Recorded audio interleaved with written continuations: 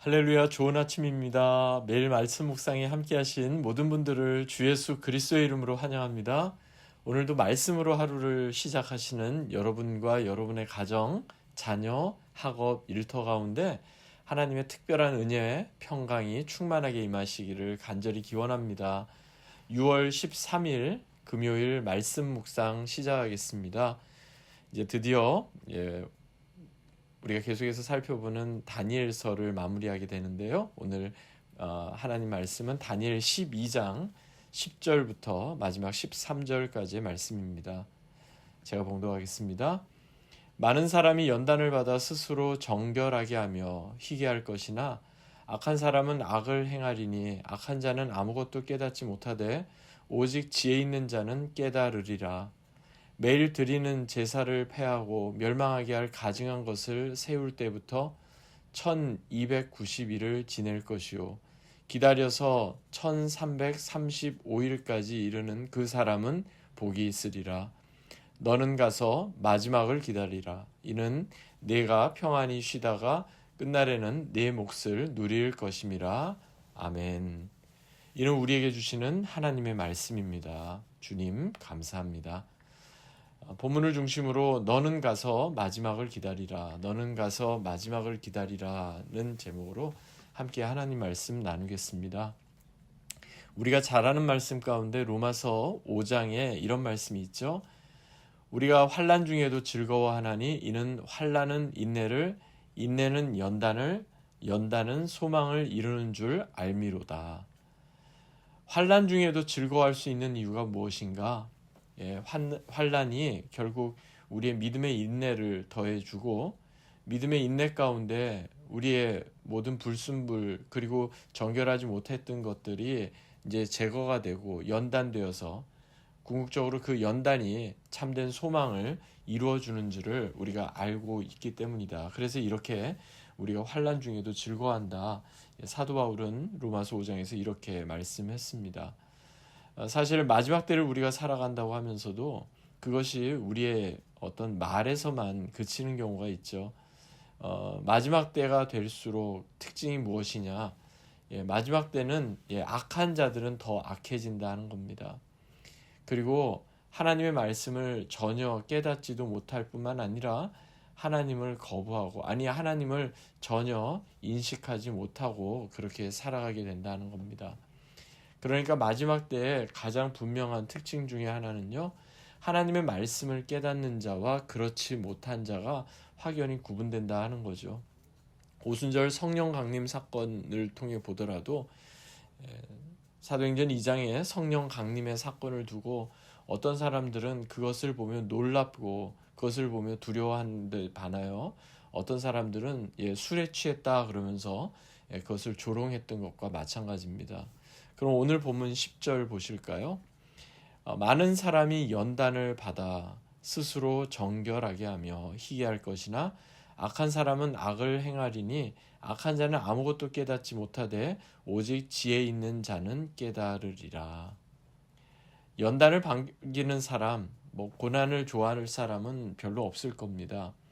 하지만 연단은요, 고난은요, 우리의 신앙의 현 주소가 어떤지를 분명히 드러내는 신앙의 시금석과 같다. 우리가 그렇게 생각할 수가 있겠습니다.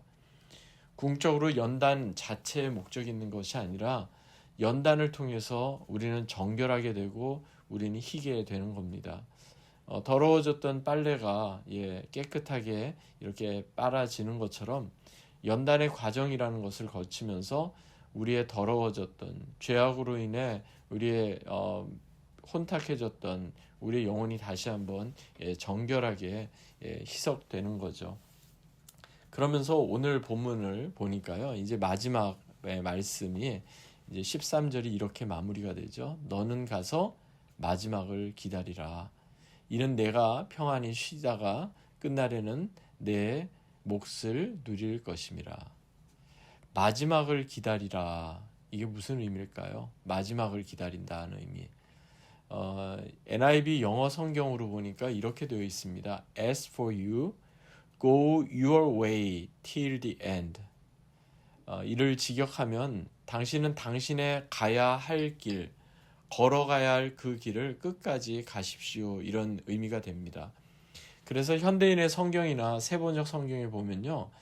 너는 가서 마지막을 기다리라 이 구절을 끝까지 충성하여라, 끝까지 신실하여라 이렇게 의역했던 것을 발견하게 됩니다. 한마디로 너는 가서 마지막을 기다리라는 이 말씀은요. 주님께서 우리를 부르실 그때까지 우리에게 맡겨주신 사명을 끝까지 감당하라는 의미입니다. 마지막 그 날이 언제가 될지 알지 못하지만 오늘이 곧 그 마지막 날이다 하는 이러한 마음으로 우리는 우리에게 맡겨주신 귀한 믿음의 사명, 복음 증거의 사명을 지속해야 한다 하는 그런 의미입니다. 저희 이 말씀 묵상하면서 떠올랐던 성경의 인물이 있었습니다. 바로 창세기에 나오는 노아입니다.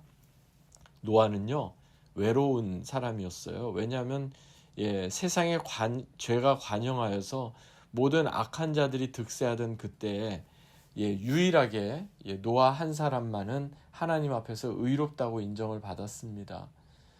죄악으로 인해 이 세상이 이제 심판을 받게 될 거다 하는 하나님의 말씀을 듣고 당시만 해도 비가 내리기 전인데 막연히 비가 내릴 것 그는 그렇게 기다린 게 아니었습니다. 노아는요 아주 오랜 시간 정말 쉼없이 하나님께서 명하신 대로 방주를 지었죠. 창세기를 보면요 노아 홍수 이전에 땅에 비가 내리지 않았다 이렇게 되어 있어요. 당시 사람들은 땅에 비가 내리지도 않는 그러한 때에 이제 앞으로 홍수가 내리고 이제 앞으로 물로 세상이 심판받는다는 노아의 말을 이상하게 여길 수밖에 없었을 겁니다. 하지만 노아는 마지막 때를 기다렸던 사람입니다. 노아는 하나님께서 그에게 주신 사명, 그 사명을 끝까지 감당했던 사람입니다. 한마디로 노아는 가서 마지막 때를 기다리는 귀한 신앙의 전형을 그대로 보여준 인물이었습니다. 그러므로 너는 가서 마지막을 기다리라. 너는 가서 마지막을 기다리라. 이 말씀에서의 기다림이란 어떤 의미이겠습니까?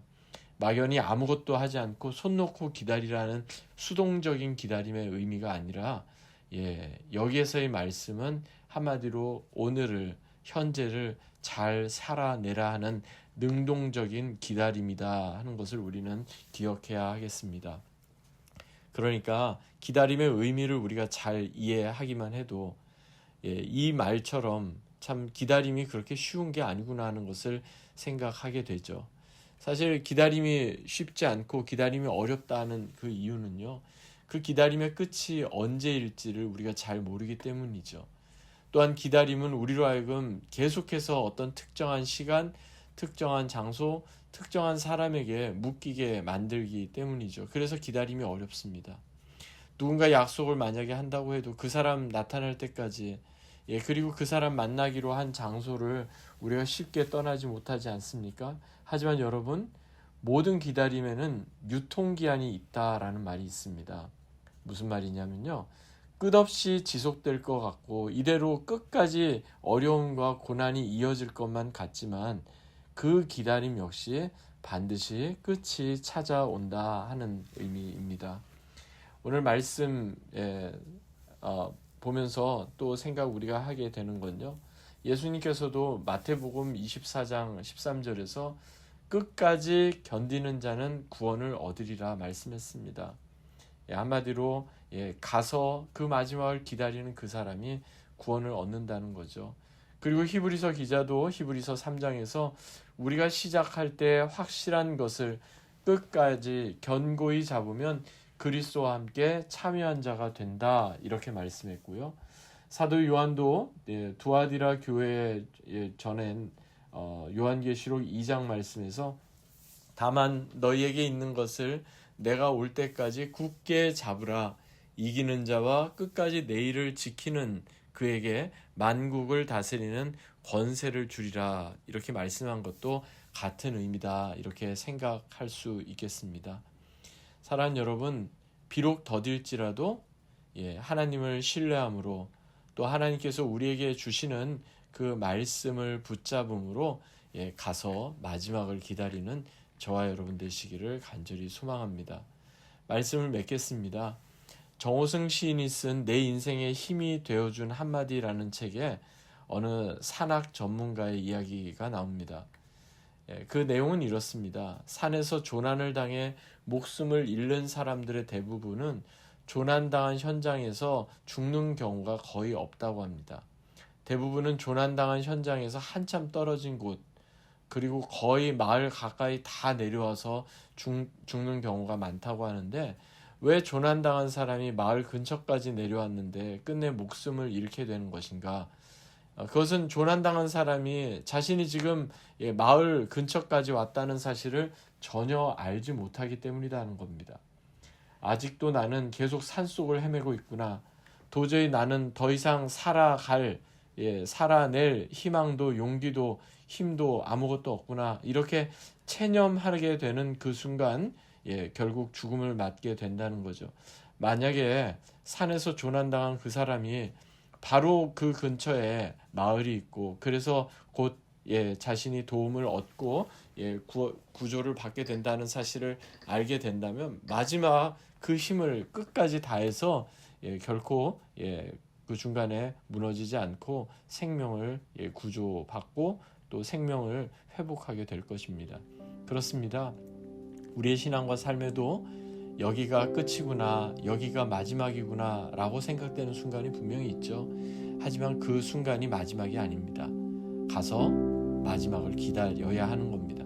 그것이 우리에게 있어서 믿음의 선한 싸움을 싸우고 승리하는 아름다운 마무리가 될 것입니다. 성도의 인내가 다른 데 있지 않습니다.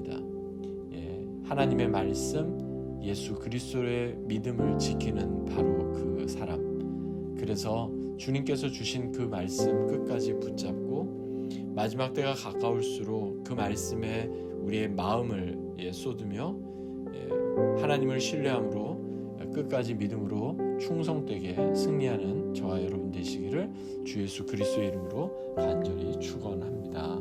아멘. 기도하겠습니다.